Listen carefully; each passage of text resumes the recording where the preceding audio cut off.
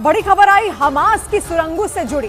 Israel की सेना ने दावा किया कि उसने हमास की सबसे बड़ी सुरंग का पता लगा लिया है। इसके साथ ही इजरायली सेना ने एक वीडियो जारी किया जिसमें उस सुरंग के अंदर चलती हुई कार नजर आई। दावा है कि उस कार में हमास के कमांडर याह्या सिनवार का भाई मोहम्मद सिनवार सवार था। यानी वो सुरंग आकार में इतनी बड़ी है कि उसमें कार तक चलाई जा सकती है। इजरायली सेना के मुताबिक उसने जिस सुरंग का पता लगाया वो उत्तरी गाजा और इजरायल के बीच मौजूद इरेज क्रॉसिंग के नजदीक है और उस सुरंग की लंबाई करीब 4 किलोमीटर बताई जा रही है। दावा है कि इतनी बड़ी सुरंग अब तक इजरायल की सेना को गाजा में नहीं मिली थी, जबकि नेतन्याहू की सेना पिछले 2 महीनों से वहां बहुत बड़ा सैन्य ऑपरेशन चला रही है। और इसी दौरान इजरायली सेना को इतनी बड़ी सुरंग मिली जिसमें कार चल सकती है। इजरायल ने जो वीडियो भी जारी किया उसमें एक कार बड़े ही आराम से सुरंग में चलती दिखाई दी। उसे देखकर यकीन करना मुश्किल था, क्योंकि गाजा से अब तक सुरंग की जितनी भी तस्वीरें सामने आई हैं, उनमें सुरंगों का आकार काफी छोटा दिखा था। अब तक नजर आई सुरंगों में घुसने के लिए मशक्कत करनी पड़ती थी, लेकिन इजरायल ने जिस सुरंग का पता लगाने का दावा किया वो आकार में उनके कई गुना बड़ी है। इसमें कार आसानी से चलती दिखी। दावा है कि ये सुरंग इजरायल और उत्तरी गाजा के बीच मौजूद इरेज क्रॉसिंग से महज 400 मीटर दूर है और इसकी लंबाई 4 किलोमीटर है। यानी एक बार उस सुरंग में कोई अपनी गाड़ी के साथ दाखिल हुआ तो कहां जाकर निकलेगा, इसका पता लगाना बेहद मुश्किल है। आरोप है कि इसी का फायदा उठाकर हमास के लड़ाके इजरायल में हमले को अंजाम देते थे। और इसके साथ ही इजरायल ने आरोप लगाया कि इसी तरह की बड़ी सुरंगों का इस्तेमाल कर हमास के लड़ाकों ने 7 अक्टूबर को सबसे बड़ा हमला किया था। इजरायल ने सबसे बड़ी सुरंग का जो वीडियो जारी किया उसमें याह्या सिनवार का भाई मोहम्मद सिनवार उस कार में सवार दिखा और दावा है कि उसी ने ये सुरंग बनवाई थी। इजरायली सेना के मुताबिक 4 किलोमीटर लंबी इस सुरंग का इस्तेमाल हमास के लड़ाके आने जाने और हथियारों की सप्लाई के लिए करते थे और इसे बनवाने में लाखों डॉलर खर्च किए गए थे। दावा है कि इतनी बड़ी रकम इसीलिए खर्च की गई थी क्योंकि सुरंग में गाड़ियों के घुसने तक गड्ढा खोदकर उसमें कंक्रीट की दीवार बनानी थी। और इस सुरंग को बनवाने वाला मोहम्मद सिनवार था, जिसके ठिकानों पर पिछले महीने इजरायल की सेना ने बहुत बड़ी कार्रवाई की थी। हमास के कमांडर याह्या सिनवार के साथ साथ इजरायल की सेना को उसके भाई मोहम्मद सिनवार की भी तलाश है। माना जाता है कि उत्तरी गाजा में जारी ऑपरेशन से डरकर वो दक्षिणी गाजा में कहीं छिपा हो सकता है। इसीलिए इजरायल की सेना इन दिनों दक्षिणी गाजा में ताबड़तोड़ हमले कर रही है। लेकिन दक्षिणी गाजा में सैन्य ऑपरेशन के साथ साथ उत्तरी गाजा में हमास की सुरंगों को तबाह करने का सिलसिला भी जारी है।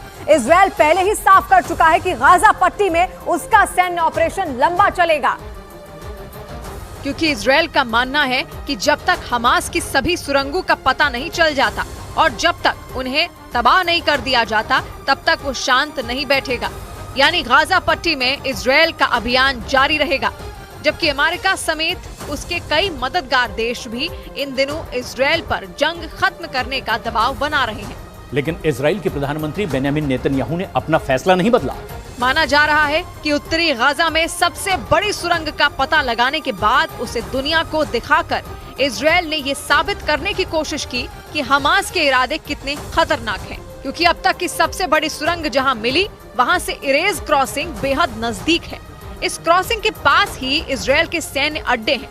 आरोप है कि इसीलिए हमास के लड़ाकों ने वहां इतनी लंबी चौड़ी सुरंग बनवाई ताकि वो लड़ाके अपनी गाड़ियों के साथ वहां तक आसानी से पहुंच सकें। और इसीलिए इस जंग की शुरुआत से ही इजरायल की सेना के निशाने पर हमास की सुरंगें रही हैं। इजरायल का आरोप है कि उन्हीं सुरंगों में हमास के बड़े बड़े कमांडर छिपे हैं और उन्हीं कमांडरों को पकड़ने के लिए इजरायली सेना ने दिन रात एक कर दिया है। वो लगातार उत्तरी और दक्षिणी गाजा में हमले कर रही है। यही नहीं, उत्तरी गाजा में हमास के लड़ाकों को सुरंगों से बाहर निकालने के लिए इजरायल की सेना पिछले कई दिनों से उनमें पानी भी भर रही है। इसके लिए भूमध्य सागर से पानी के बड़े बड़े पंप से लाखों लीटर पानी रोजाना हमास की सुरंगों में भरा जा रहा है। इसका मकसद लड़ाकों को किसी भी तरह सुरंगों से बाहर निकालना है, क्योंकि पानी भरने से या तो वो लड़ाके सुरंगों के अंदर ही डूबकर मर जाएंगे या फिर वो जैसे ही बाहर निकलेंगे इजरायली सेना उन्हें पकड़ लेगी। हालांकि इस काम में लंबा वक्त लगने की संभावना है, क्योंकि माना जाता है कि गाजा में हमास की सुरंगों का जाल करीब 500 किलोमीटर लंबा है। इजरायल को ऐसी कई सुरंगें अस्पतालों और स्कूलों के नीचे से भी मिली हैं। इसी वजह से उत्तरी गाजा के सैकड़ों अस्पताल और स्कूल भी इजरायल के भीषण हमलों में तबाह हो चुके हैं। और अपने आरोपों को पुख्ता करने के लिए इजरायल की सेना ने एक और वीडियो जारी किया। दावा है कि ये वीडियो उत्तरी गाजा के जबालिया का है। वहां इजरायल की सेना ने सबसे बड़े शरणार्थी शिविर पर हमला भी किया था। और दावा है कि उसी जबालिया में हमास के लड़ाकों ने बच्चों का इस्तेमाल अपने खतरनाक प्लान के लिए किया था। इजरायल ने जो वीडियो जारी किया उसमें उसकी सेना इलाके में छापेमारी करती नजर आई। इसी दौरान एक इमारत में बच्चों का एक कमरा नजर आया। उस कमरे में बच्चों से जुड़ी चीजें रखी हुई थी, लेकिन जब इजरायली सेना ने उसकी तलाशी ली तो उसी कमरे में एक सुरंग मिली। दावा है कि इस सुरंग का इस्तेमाल हमास के लड़ाके करते थे। यानी दुनिया को धोखा देने के लिए हमास के लड़ाकों ने स्कूलों और अस्पतालों की आड़ में सुरंगें बनाई थी ताकि वो आसानी से छिप सके। गाजा में इजरायल की सेना इस तरह की कई सुरंगों का पता लगा चुकी है और ये कार्रवाई इजरायल की मुख्य पैदल सेना इकाइयों में एक नाहल ब्रिगेड के सैनिकों के जिम्मे है। इसी यूनिट के सैनिक इन दिनों हमास की सुरंगों को बर्बाद करने में जुटे हैं। और दावा है कि हमास ने जानबूझकर अपनी कई सुरंगों को इजरायल की सीमा के नजदीक बनाया था ताकि उसके लड़ाकों के लिए बॉर्डर तक छिपकर पहुंचना आसान हो सके। और जिस लंबी सुरंग का दावा इजरायल की सेना कर रही है वो भी उसकी सीमा के नजदीक ही मिली है। 7 अक्टूबर से पहले तक इरेज क्रॉसिंग से गाजा के कई लोग इजरायल में दाखिल होते थे। उनमें बड़ी संख्या मजदूरों की होती थी, तो साथ ही इलाज करवाने वाले मरीजों की भी। लेकिन उसी सीमा से महज कुछ दूरी पर हमास की इतनी लंबी सुरंग के मिलने से इजरायल की सेना भी हैरान है, क्योंकि उसे खबर नहीं थी कि उसके सैन्य अड्डे के नजदीक हमास इतनी बड़ी साजिश रच रहा है। आरोप है कि 7 अक्टूबर के दिन उसी सुरंग से बाहर निकलकर हमास के लड़ाकों ने इरेज क्रॉसिंग के नजदीक भी इजरायल के इलाकों में तबाही मचाई थी। उनके हमले में 3 इजरायली सैनिकों की मौत हो गई थी और उस वक्त हमास के लड़ाकों ने वहां से कुछ लोगों को बंधक भी बना लिया था। उसी हमले के बाद से इजरायल ने हमास के खिलाफ सबसे बड़ी जंग छेड़ रखी है।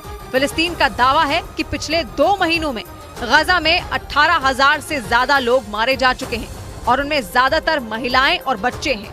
और इसी वजह से इजरायल का सबसे बड़ा दोस्त अमेरिका भी इन दिनों उससे नाराज है। यही नहीं, खबर है कि अमेरिकी रक्षा मंत्री लॉयड ऑस्टिन एक बार फिर इजरायल के दौरे पर जाने वाले हैं। और कतर के टीवी चैनल अल जजीरा के मुताबिक अमेरिका एक बार फिर इजरायल पर सीज फायर का दबाव बना सकता है। पिछले हफ्ते ही अमेरिका के राष्ट्रीय सुरक्षा सलाहकार जेक सलिवन ने इजरायल की यात्रा भी की थी। माना जाता है कि उस दौरान उन्होंने नेतन्याहू को बाइडेन का साफ संदेश सुना दिया था। और अब अमेरिकी रक्षा मंत्री लॉयड ऑस्टिन भी उसी मुद्दे पर इजरायल के प्रधानमंत्री से मुलाकात करने वाले हैं। अमेरिका पहले ही 2 टूक कह चुका है कि अगर इजरायल ने गाजा में हमले नहीं रोके तो वो अपने मददगारों से भी समर्थन खो सकता है। माना जा रहा है अमेरिका अपनी साख बचाने के लिए इजरायल पर दबाव बना रहा है, क्योंकि गाजा में कत्लेआम के लिए इजरायल के साथ साथ उसका नाम भी घसीटा जा रहा है। ऐसे में पूरी दुनिया में अमेरिका की भी किरकिरी हो रही है। इसी वजह से अमेरिका ये दिखाने में जुटा है कि वो गाजा की जंग को खत्म कराने के लिए एड़ी चोटी का जोर लगा रहा है।